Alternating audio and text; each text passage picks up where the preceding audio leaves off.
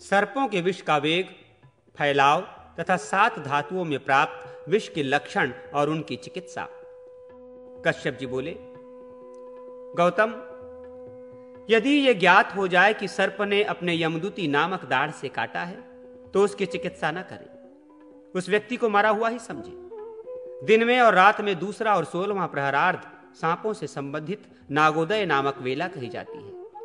उसमें सांप काटे तो काल के द्वारा काटा गया समझना चाहिए और उसकी चिकित्सा नहीं करनी चाहिए। पानी में बाल डुबोने पर और उसे उठाने पर बाल के अग्रभाग से जितना जल निकलता है या गिरता है, उतनी ही मात्रा में विष सर्प प्रविष्ट कराता है। वो विष संपूर्ण शरीर में फैल जाता है। जितनी देर में हाथ पसारना और समेटना होता है, उतने ही सूक्ष्म समय में काटने के बाद विष मस्तक में पहुंच जाता है।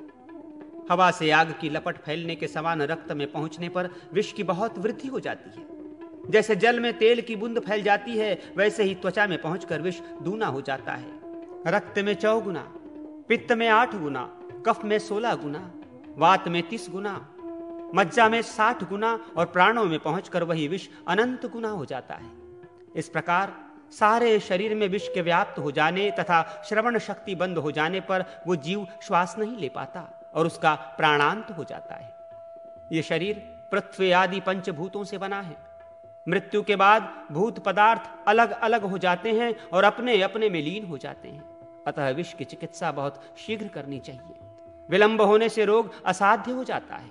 सर्पादि जीवों का विष जिस प्रकार प्राण हरण करने वाला होता है, वैसे ही शंखियां आदि विष भी प्राण को हरण करने वाले होते हैं। विष के पहले वेग में रोमांच तथा दूसरे वेग में पसीना आता है, तीसरे वेग में शरीर कांपता है तथा चौथे में श्रवण शक्ति अवरुद्ध होने लगती है, 5वें में हिचकी आने लगती है और 6ठे में ग्रीवा लटक जाती है तथा 7वें वेग में प्राण निकल जाते हैं। इन 7 वेगों में शरीर के 7 धातुओं से विष व्याप्त हो जाता है। इन धातुओं में पहुंचे हुए विष का अलग अलग लक्षण तथा उपचार इस प्रकार है। आंखों के आगे अंधेरा छा जाए और शरीर में बार बार जलन होने लगे तो यह जानना चाहिए कि विष त्वचा में है। इस अवस्था में आंख की जड़, अपामार्ग, तगर और प्रियंगु, इनको जल में घोंटकर पिलाने से विष की बाधा शांत हो सकती है। त्वचा से रक्त में विष पहुंचने पर शरीर में दाह और मूर्छा होने लगती है। शीतल पदार्थ अच्छा लगता है। उशिर, खस, चंदन, कूट, तगर, नीलोत्पल, सिंदुवार की जड़, धतूरे की जड़, हिंग और मिर्च, इनको पीसकर देना चाहिए। इससे बाधा शांत न हो तो भटकटैया, इंद्रायण की जड़ और सर्पगंधा को घी में पीसकर देना चाहिए। यदि इससे भी शांत न हो तो सिंदुवार और हिंग का नस्य देना चाहिए और पिलाना चाहिए। इसी का अंजन और लेप भी करना चाहिए। इससे रक्त में प्राप्त विष की बाधा शांत हो जाती है। रक्त से पित्त में विष पहुंच जाने पर पुरुष उठ उठकर गिरने लगता है। शरीर पीला हो जाता है। सभी दिशाएं पीले वर्ण की दिखाई देती हैं।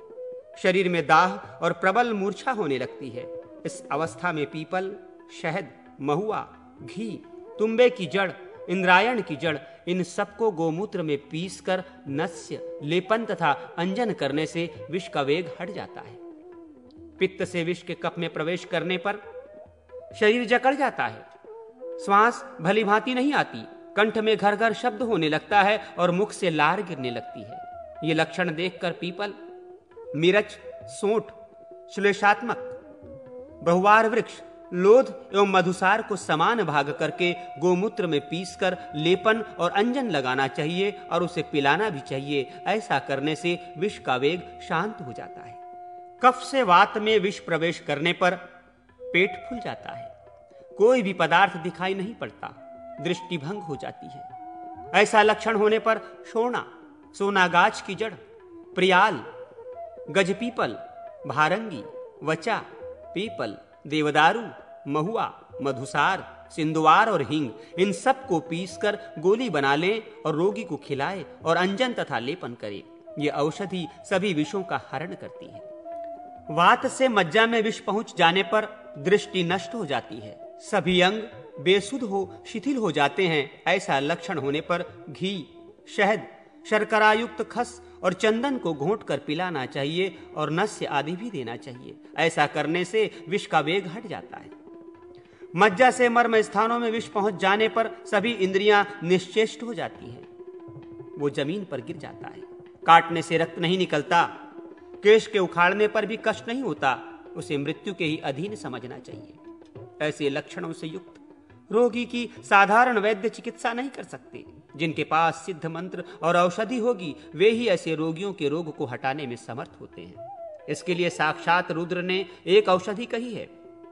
मोर का पित्त तथा मारजार का पित्त और गंधना डी की जड़, कुमकुम, तगर, कूट, कासमर्द की छाल तथा उत्पल, कुमुद और कमल, इन तीनों के केसर सभी का समान भाग लेकर उसे गोमूत्र में पीसकर नस्य दे, अंजन लगाए। ऐसा करने से काल सर्प से डसा हुआ भी व्यक्ति शीघ्र विषरहित हो जाता है।